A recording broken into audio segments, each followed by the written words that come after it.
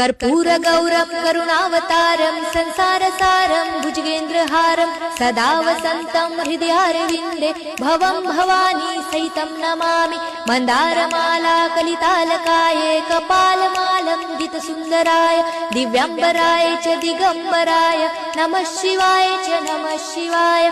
घालीन लोटांगण वंदीन चरण डोळ्यानी पाहीन रूप तुझे प्रेमे आलिंगन आनंदे पूजन भावे ओवाळीन म्हणे नमा।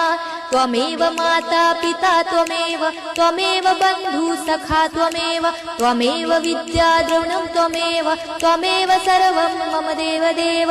कायेन वाचा मनसेन्द्रियर्वा बुद्ध्यात्मना वा प्रकृति स्वभावात् करोमि यज्ञं सकलं परस्मै नारायणायति समर्पयामि। अच्युतं केशवं राम नारायणं कृष्णदामोदरं वासुदेवं हरे श्रीधरं माधवं गोपिकावल्लभं जानकीनायकं रामचन्द्रं भजे।